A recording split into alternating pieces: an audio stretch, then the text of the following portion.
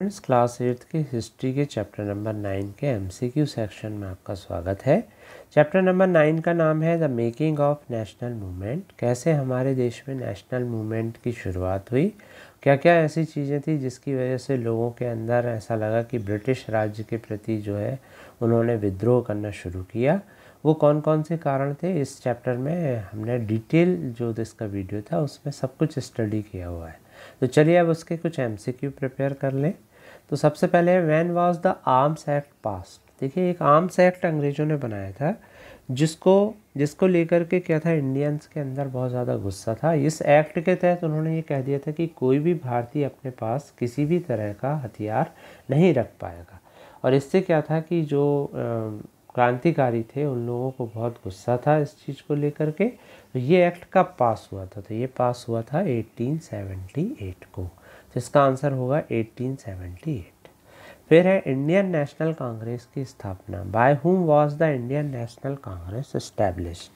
किसने Indian national Congress की स्थापना की थी? तो ये एक कौन व्यक्ति थे बताइए? ये थे A.O. ह्यूम। ठीक है ना, इन्होंने जो है इंडियन नेशनल कांग्रेस की स्थापना की थी।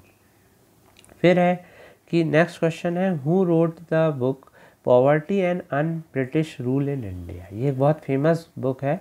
तो poverty and un British rule in India, और ये बुक लिखने वाले व्यक्ति थे, बताइए कौन थे? ये थे दादा भाई नौरोजी। ठीक है, तो इसका आंसर होगा ए, दादा भाई नौरोजी। फिर है who said freedom is our birth right. किसने कहा था कि फ्रीडम हमारा बर्थ राइट है? तो ये कहा था, किसने कहा था बताइए? ये कहा था बाल गंगाधर तिलक ने। तो क्वेश्चन नंबर 4 का आंसर होगा बी, बाल गंगाधर तिलक। देखिए, जो 3 नाम दिए हुए हैं, बिपिन चंद्र पाल, बाल गंगाधर तिलक और लाला लाजपत राय, इनको लाल बाल पाल के नाम से भी जाना जाता है। ये बहुत ही फेमस क्रांतिकारी रहे हैं। फिर है who started Kesari a Marathi newspaper.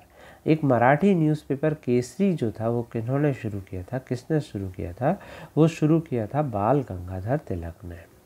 फिर है महात्मा गांधी जो थे, इंडिया कब आए थे साउथ अफ्रीका से? देखिए, साउथ अफ्रीका में महात्मा गांधी ने बहुत काम किया था। तो वहाँ से कब वो इंडिया वापस आए थे, और इंडिया में फिर कब उन्होंने काम शुरू किया था?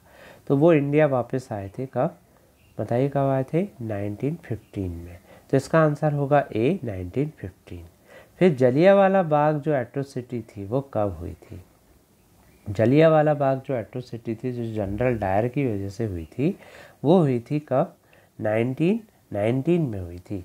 ये बहुत ही खतरनाक एट्रोसिटी हुई थी जिसमें जनरल डायर ने जो है जलियांवाला बाग में, अमृतसर में लोगों को जो है बहुत बुरी तरह से गोलियां चलाई थी उन पे।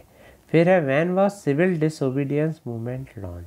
कब सिविल डिसोबीडियंस मूवमेंट शुरू हुआ था? तो सिविल डिसोबीडियंस मूवमेंट कब शुरू हुआ था बताइए? 1930 में शुरू हुआ था।